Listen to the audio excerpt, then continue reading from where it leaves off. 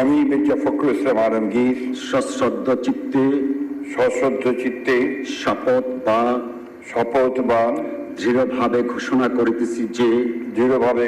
করিতেছি যে আমি সকলের প্রতি আইন অনুযায়ী যথাবিহিত আচরণ করিব। বাংলাদেশের 23তম রাষ্ট্রপতি হিসেবে শপথ নিলেন মির্জা ফখরুল ইসলাম আলমগীর। সন্ধ্যা 7:30টায় বঙ্গভবনের দরবার হলে আয়োজিত অনুষ্ঠানে রাষ্ট্রের সর্বোচ্চ পদের দায়িত্বভার গ্রহণ করেন এই বর্ষিয়ান রাজনীতিবিদ। আর তাকে শপথ বাক্য পড়ান জাতীয় সংসদের ভারপ্রাপ্ত স্পিকার ব্যারিস্টার কায়সার কামাল। অনুষ্ঠানে ছিলেন প্রধানমন্ত্রী তারেক রহমান সহ বিভিন্ন রাজনৈতিক দলের নেতা, বিশিষ্ট ব্যক্তিবর্গ, বিভিন্ন দেশের কূটনীতিকরা।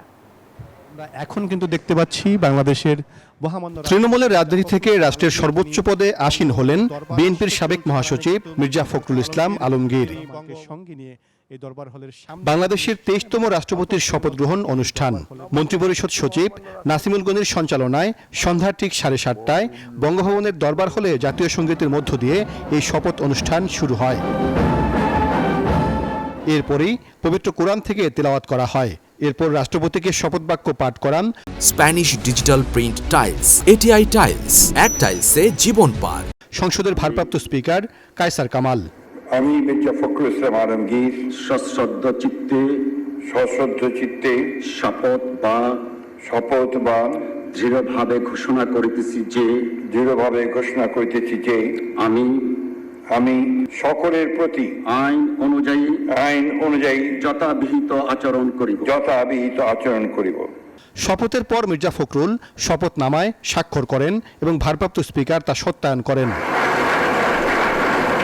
শপথ অনুষ্ঠানে রাষ্ট্রপতির দায়িত্বে থাকা স্পিকার হাফিজউদ্দিন আহমদ, প্রধানমন্ত্রী তারেক রহমান, প্রধান বিচারপতি জুবায়ের রহমান চৌধুরী, সাবেক অন্তর্বর্তী সরকারের প্রধান উপদেষ্টা অধ্যাপক মোহাম্মদ ইউনুস, জাতীয় সংসদের বিরোধী দলীয় নেতা শফিকুর রহমান, বর্তমান মন্ত্রিসভার সদস্য, বিদেশি কূটনীতিক, সংসদ সদস্য এবং বেসামরিক ও সামরিক বাহিনীর ঊর্ধ্বতন কর্মকর্তারা উপস্থিত ছিলেন। বিভিন্ন রাজনৈতিক দলের নেতারাও অনুষ্ঠানের অতিথির সারিতে ছিলেন।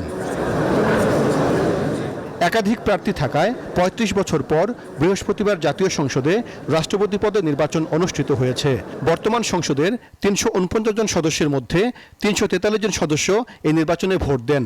নির্বাচনে ক্ষমতাসীন বিএনপির প্রার্থী মির্জা ফখরুল ২৫৫ ভোট পেয়ে জয়ী হন। তার প্রতিদ্বন্দ্বী জামায়াতে ইসলামী নেতৃত্বাধীন ১১ দলীয় ঐক্যের প্রার্থী অলি আহমেদ পান ৮৮ ভোট।